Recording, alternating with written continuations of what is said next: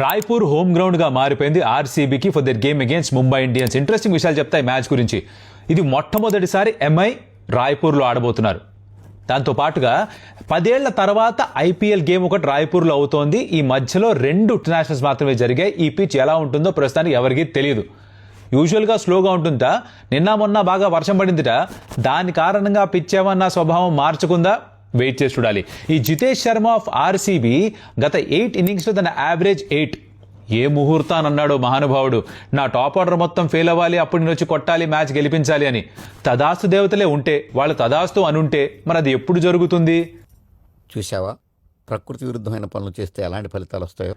జరగాల వద్దా, వెయిట్ చేసి చూద్దాం. దానితో పాటుగా రాయన్ రికిల్టన్ వాంఖడేలో ఆడుతున్నప్పుడు ఒక విధంగా ఆడుతున్నట్ట, వాంఖడే వదిలేసి వేరే వెన్యూస్లోకి వచ్చినప్పుడల్లా స్ట్రైక్ రేటు యావరేజ్ భయంకరంగా పడిపోతుంట. ఇన్నున్నాయి.